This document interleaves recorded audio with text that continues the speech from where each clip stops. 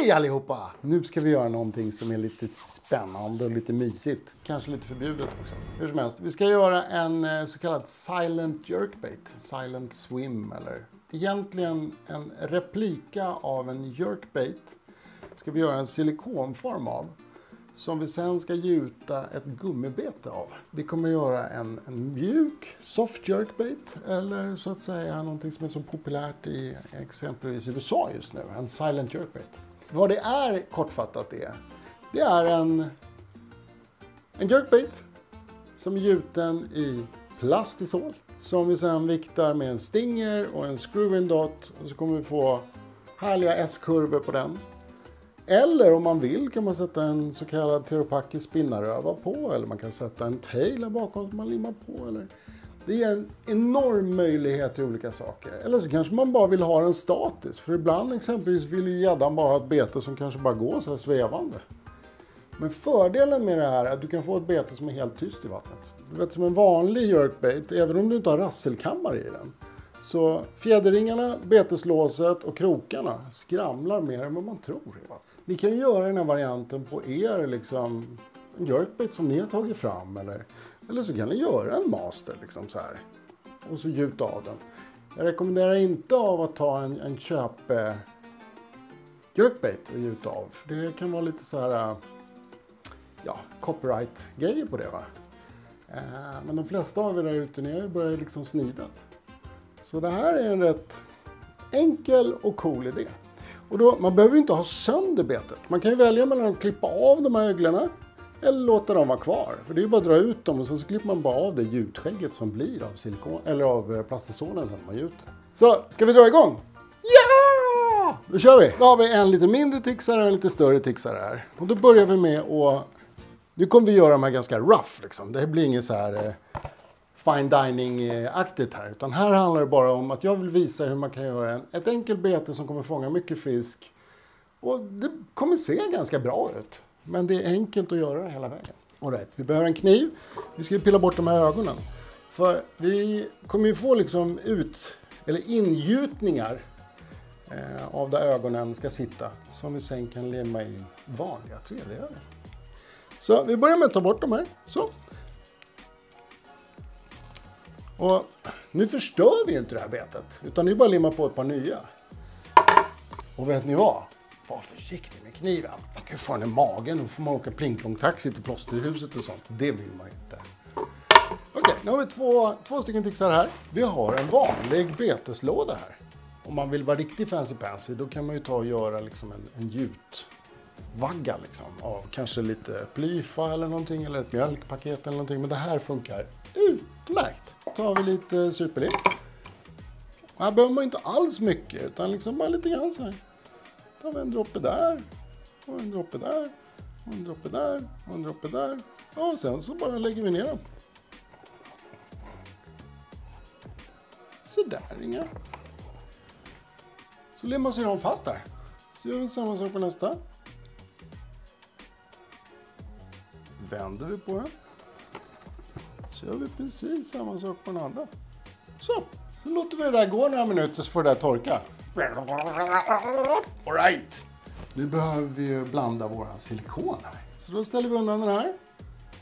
Får den där stå och torka så att betena fastnar. Annars kan de flyta upp och bli lite tokiga. Så när man blandar då silikon, då finns det några saker man bör tänka på. Man bör ha en yta som är oöm. Silikon är ju kiselbaserat med silikonolja. Det blir fastnar och blir kletigt och förstör kläder och allt möjligt. Så ni ser hur jag ser ut här i mina arbetskläder. Det får bli lite skitigt här. Så ni kanske inte ska sätta er i vardagsrummet med Kina-porslinet och liksom det dyraste bordet ni har att göra här. Och sen behöver vi då ett par nitrilhandskar. Doktor. Okej, sen behöver vi då silikon. Och det här är då en fantastisk silikonsort vi har. Den här silikonsorten har vi specialframtagit och den har en ratio på 5% härdare versus 100% silikon. Och de kan man ju liksom ta lite mindre av om man vill ha ännu längre härtid eller ta lite mer. Det är lite olika hur man vill jobba med sin silikon. Men kör ni den ration, då kommer ni få en arbetstid på ungefär 40 minuter i normal rumstemperatur. Vilket är superbra. Vissa andra silikonsorter, de härdar väldigt fort på bara några minuter. Så har man jättebråttom att göra, så man måste vara förberedd. Men fördelen, eller det man alltid bör tänka på när man håller på med silikon, är att vara väl förberedd. Så vi har en behållare, vi har någonting att blanda med, vi har silikonen, vi har härdaren, vi har lite papper, vi har en sax. Sax kan alltid vara bra, och vi har även en kniv. Nu har vi allting här som vi behöver.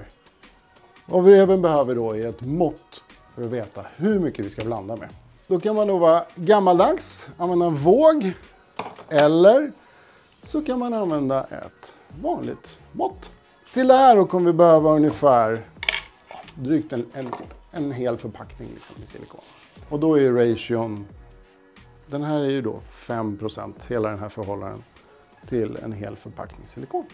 Enkelt. Så, men däremot om ni gör mindre delar och så, då behöver ni den här våg och grejer så att ni kan mäta. För det vanligaste, ska vi säga, problemet som vi upplever att många av er användare där ute är att ni höftar. Ni bara skjuter i lite. Och sen skriver man, min silikon den härdade på en gång, får vi ett mejl om. Och sen kommer det fram då efter vi har mejlat med några gånger att ni bara hällde i allting och bara blandar liksom. Och det blir inte alltid så bra. Utan här är det lite som att baka, man måste vara ganska exakt. Så läs förpackningen och instruktionsmanualen noga som vi skickar med när ni köper silikonet av oss. Och blanda det ordentligt och väl under rätt förutsättningar. Inte för kallt och inte för varmt utan och så vidare. Läs verkligen vad som står där. Så kommer det bli enklare för er att jobba och ni kommer få en mycket bättre produkt. Så vi har då silikon.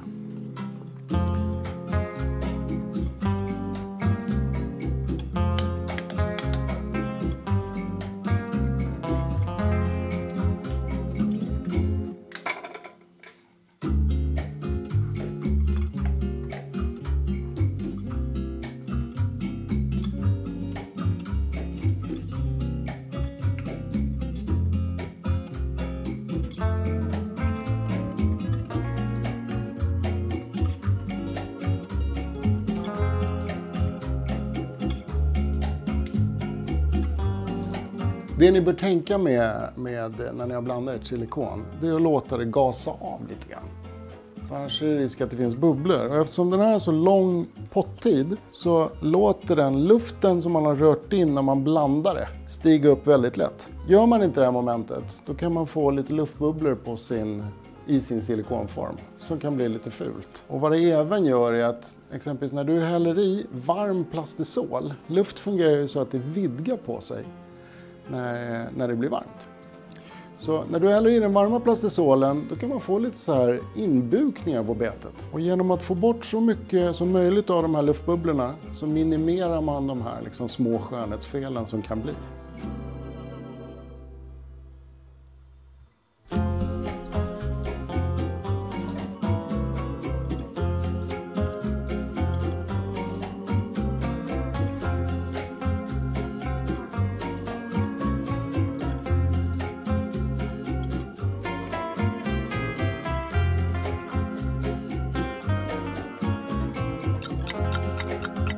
Alright, nu har ju den här härliga silikonformen, eller ja, varianten som vi har gjort på den så kallade tysta jerkbaiten eller glidebaiten eller swimmen.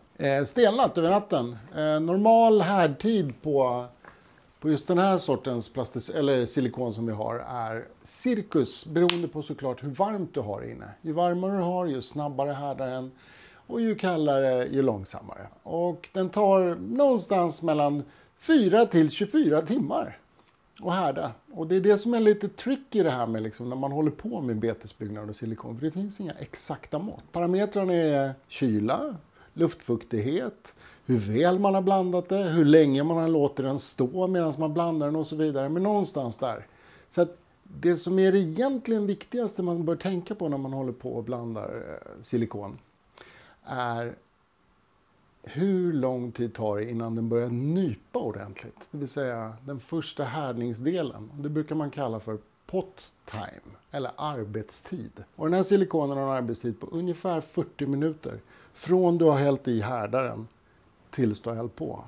Efter det så blir den väldigt seg och ganska svårhanterlig. Men för den delen så har den ju inte härdat igenom. Så att efter 40 minuter så kan du ju inte använda formen du har gjort. Utan den måste härda igenom helt. Är ni med? Coolt. Så nu ska vi ta ut den här. Den har stått över natten. Jag skulle säga att den här har stått, vad säger du Filip? Typ 10 timmar ungefär va? Ja, ungefär. Ja, och här inne har vi ganska varmt. Så det är en bra grej.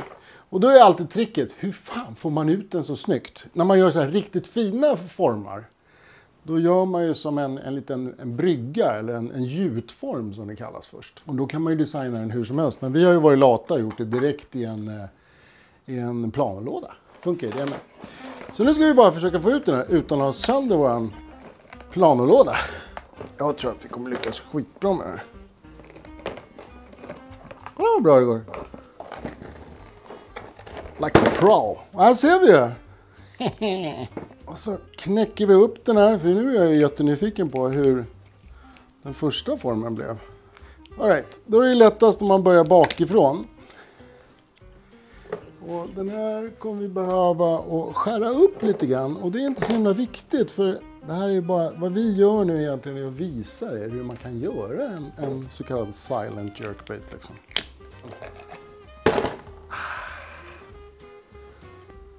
Nu bara snygga till den här lite så vi kan hälla i den. Klipper vi bara till de här kanterna lite grann här. Och då, sen när vi häller i plastisol i den här och gör det, så kommer det bli som en liten gjutrygg som det alltid blir när man häller så kallad topphält.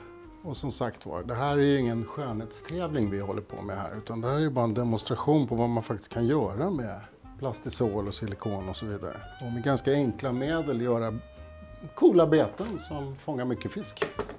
Så nu har vi en gjutform här. Så vi går vidare, så blir det dags att gjuta alldeles strax. Bye bye!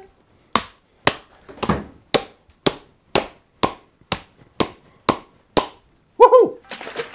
Nu ska vi gjuta den här silent jerken eller soft jerken som vi håller på med här. Och då har vi våra nya plastisol medium. En liten ny formula i den som gör att den blir mer lätthanterlig. Den bränner inte lika lätt. Plastisol bränner ju alltid om man har för hög värme i mikron exempelvis. Och den bubblar inte lika mycket, så att den är inte lika fuktkänslig. Och såklart efterlatfri. Så vi kör med den, medium. Har vi 2 kannor här. Så vi kommer köra med storflakig glitter, 1,5. Vi kommer ha UV-färg. Och vi kommer ha highlight blue och så lite svart. Så då värmer vi på det i 2 separata kannor. Alltid skaka plastisolen ordentligt. Härdaren lägger sig alltid i botten. Och då kan man ju kolla det liksom. Här ser vi att den är välblandad. Det ligger ju ingen härdare i botten här. Häller vi i typ 1,5 deciliter i varje. Och så kör vi in dem i mikron. En där. Vi kör max bara för att vi är coola, eller hur? Vi börjar med 3,5 minut. Så. Där behöver vi inte. Tar vi den andra här.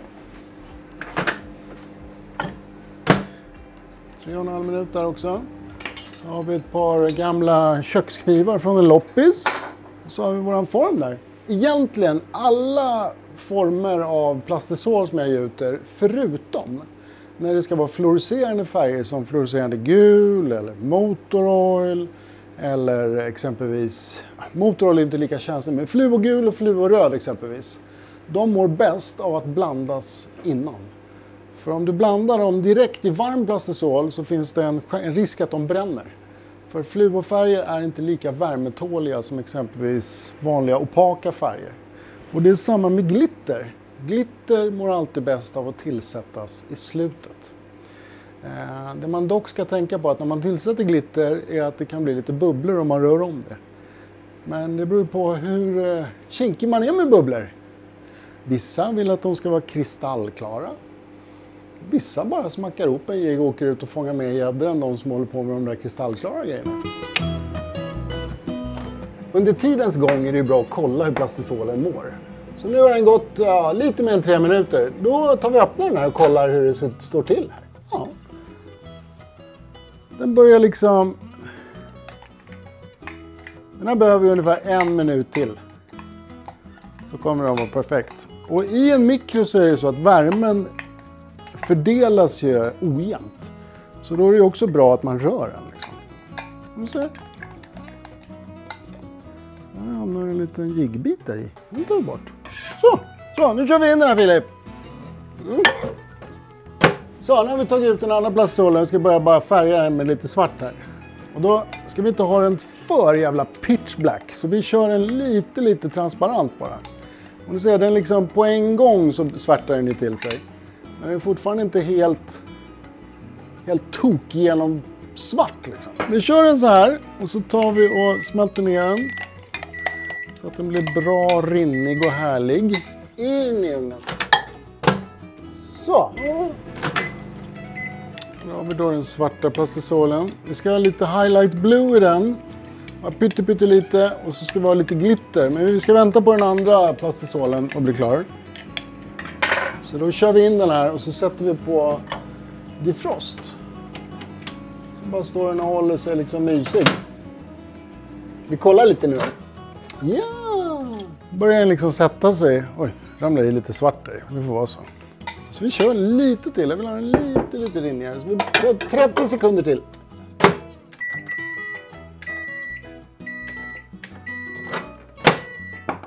Nu kollar vi lite. Ja. Vi kör en liten stund på... Du ser, den är ju mjölkfärgad liksom. Den är inte bränd, ingenting. Mjölkfärgad är fin. Det är bara att få ut de här klumparna och få luftbubblorna att stiga till ytan. Sen är det rock and roll.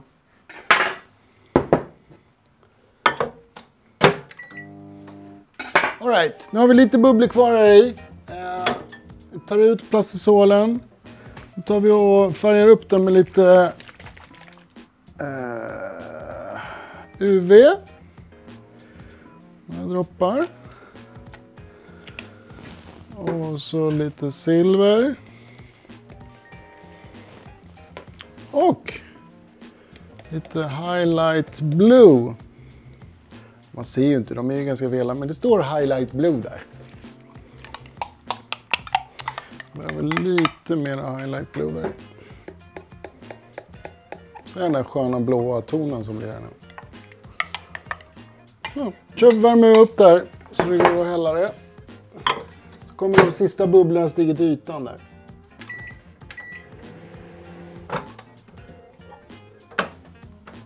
It's perfect. Highlight blue med lite silver i där. Och sen har vi lite svart.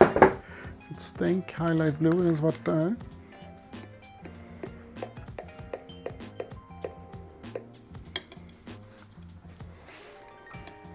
Vad säger du? Ska vi hälla då?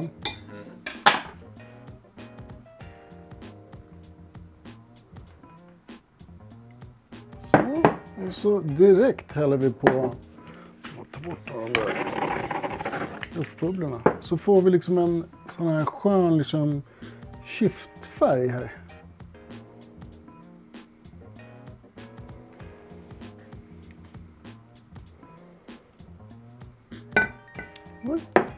Så är vi likadant här på den lilla.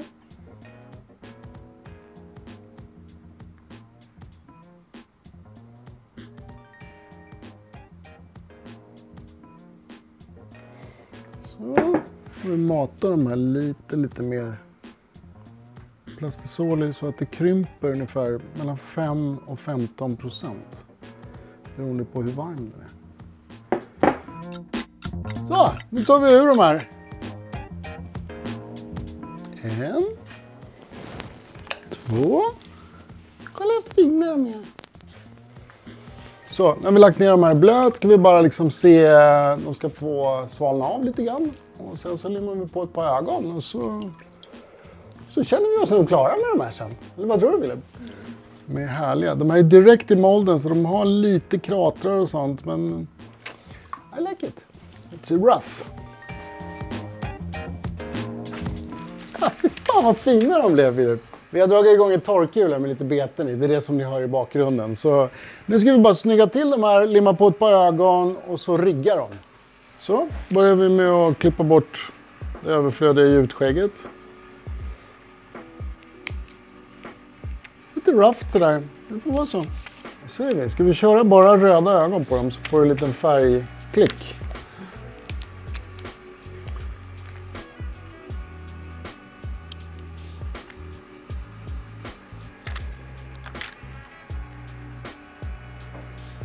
Då, när jag sätter på ögonen så brukar jag smeta ut dem i kanterna också.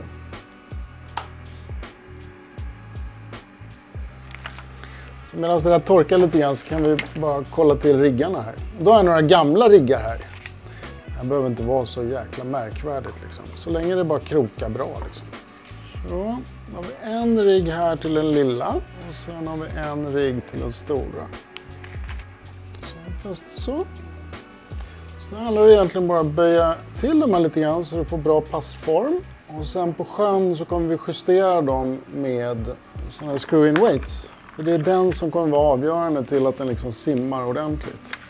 Så placeringen utav dem, på den lilla då så kör vi en 9 grammare på den stora och en 6 grammare på den lilla.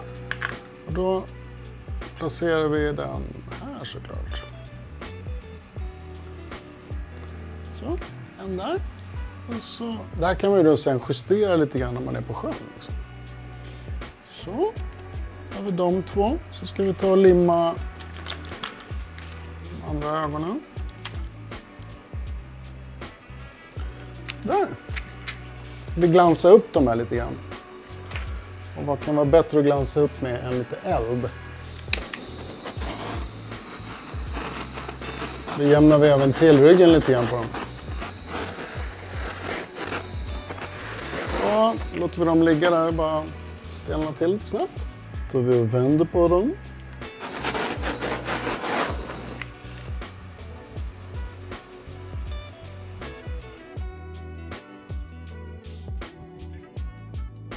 Det här då, mina vänner, kan vara extremt effektivt. Och det går ju även att tweaka dem här. Ni kan ju sätta en spinnarröva bakom, Therapakis favorit, eller ni kan limma på en tail eller någonting. Men det här kan vara väldigt effektivt om gäddorna är lite kinkiga. Eller även om de är på hugget. Framförallt ett väldigt lätt bete att tillverka själv. Och roligt. Och ni kan göra vilka färgsättningar ni vill. Så testa de här. Vi har döpt dem till Silent Jerk eller Soft Jerk. Och såklart, alla grejer som vi har använt här till att göra de här finns ju såklart på Betesbyarkiosken. In och kika. Var rädda med. Bye bye!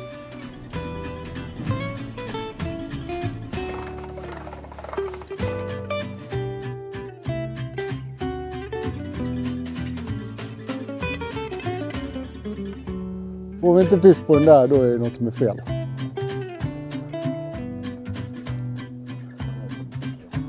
100%. Nu tar vi en gädda.